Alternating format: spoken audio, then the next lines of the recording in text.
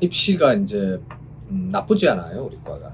84년에 이제 창과해서 뭐 10년간은 경쟁률도 아주 좋았고 가장 우수한 학생들이 오는 과였는데 90년대 들어오면서 학부제가 되었고 전체적으로 신문 방송이라고 하는 이름이 상당히 무겁다 보니까 지원율이 좀 떨어졌고 그래도 뭐 큰 걱정은 없었는데 IMF 때 이제 우리 과도 역시 좀 어려움이 있었고 한때 미달 사태도 이제 나고 그랬는데 코로나 이후에 유튜브를 중심으로 한 영상 콘텐츠가 활성화가 돼서 학생들이 다들 그쪽에 관심이 높아서 지금 현재 우리 학교 내에서는 인문사회 계열 중에서는 제일 높아요. 지금은 정원을 꽉 채우는 학과는 거의 없고 지방에서는 뭐 어느 정도 미달이 되느냐 하는 정도가 일 텐데 우리 과는 그래도 거의 정원을 다 채우거나 학생들이 다 들어오고 있어서 다른 대학에 비해서는 큰 문제가 다른 학과에 비해서는 괜찮다. 경남대학교의 입시 결과 상황이 낮아지고 있는 건 사실이지만 미디어 영상학과는 입시율이 굉장히 좋은 편에 속합니다.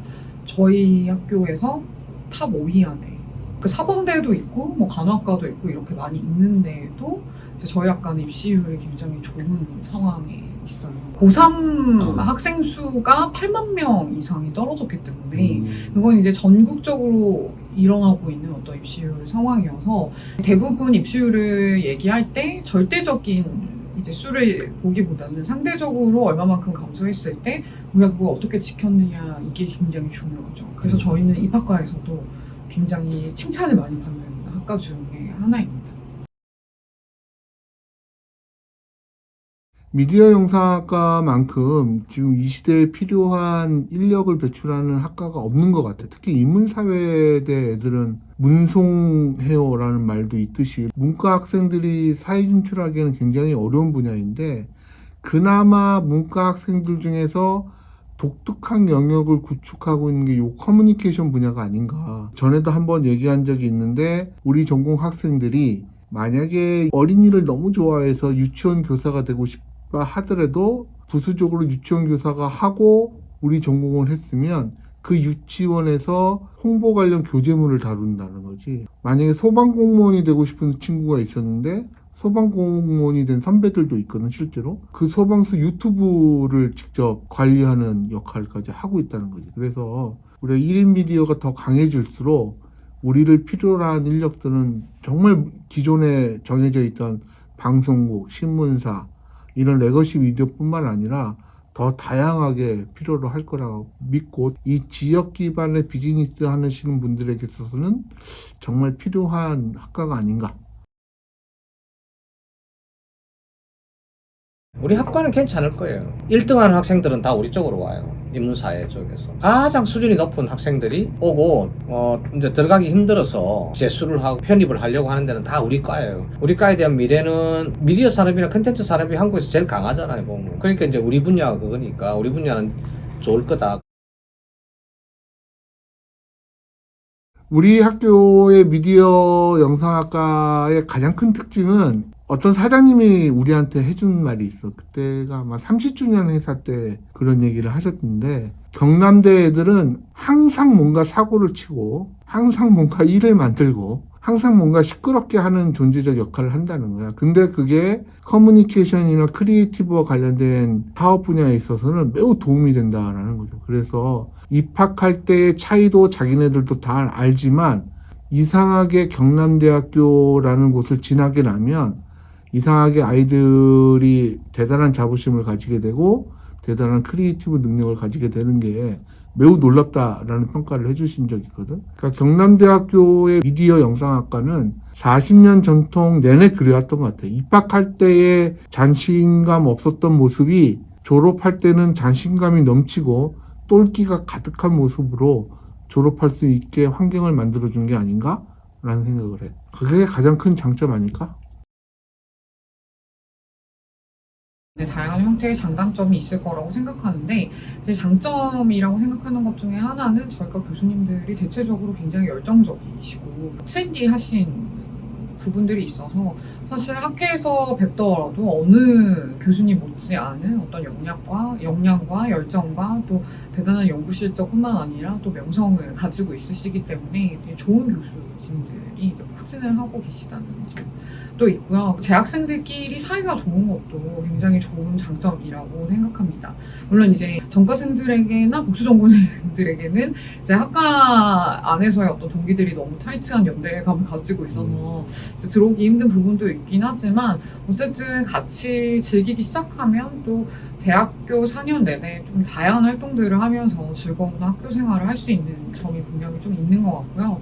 근데 마지막으로는 학생들 자체가 가진 역량이 저는 이 학교에 와서 좀 더 많이 꼽히고 있는 것 같다는 생각들을 많이 하게 되거든요. 그래서 이런 세 가지 장점이 있는 것 같아요.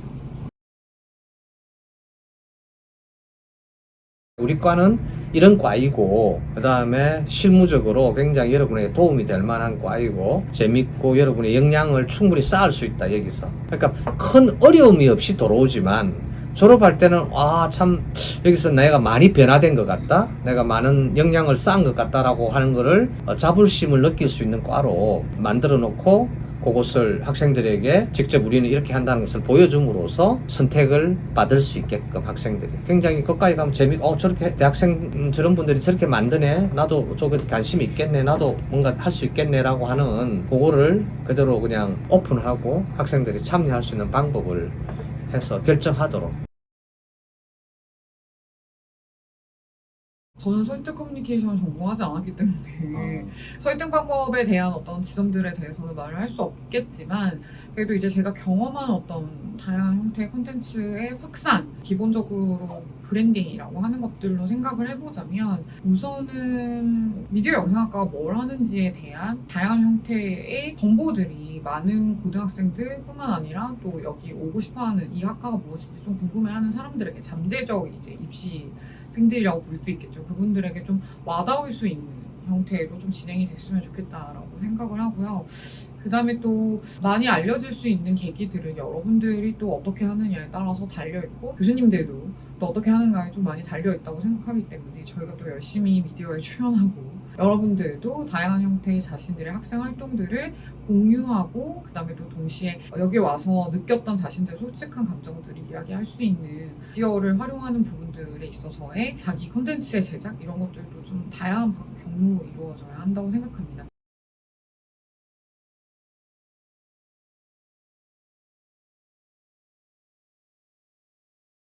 요즘은 학생들이 뒷광고 논란도 있고 이게 의도가 어떠한지, 즉 순수한 것인지 옳은 정보이신지 가짜 정보인지 진짜 정보인지를 구분하는 능력이 탁월하다고 봐. 그래서 일부러 가식적으로 지금 옛날에 광고와 또는 그런 관련 없는 홍보 영상들 또는 뭐 틱톡의 재미난 영상들처럼 이런 전공과 관련 없는 영상들을 홍보 자료로서 많이 활용해서 올리고 있는데 그게 오히려 독이 된다라고 생각하거든. 광고 전공 교수로서 조언하고 싶은 건 정보의 진실성이 있어야 되고 내용이 더 전공적일수록 사람들은 더 메리트를 느낄 거라 보고 앞으로 우리가 만드는 컨텐츠가 고등학생이 넘보지 못한 상상력과 고등학생이 경험해보지 못한 크리에이티브를 더 많이 보여줄 수가 있다면 나는 그 자체가 좋은 컨텐츠고 좋은 홍보 수단이 될 거라고 생각해.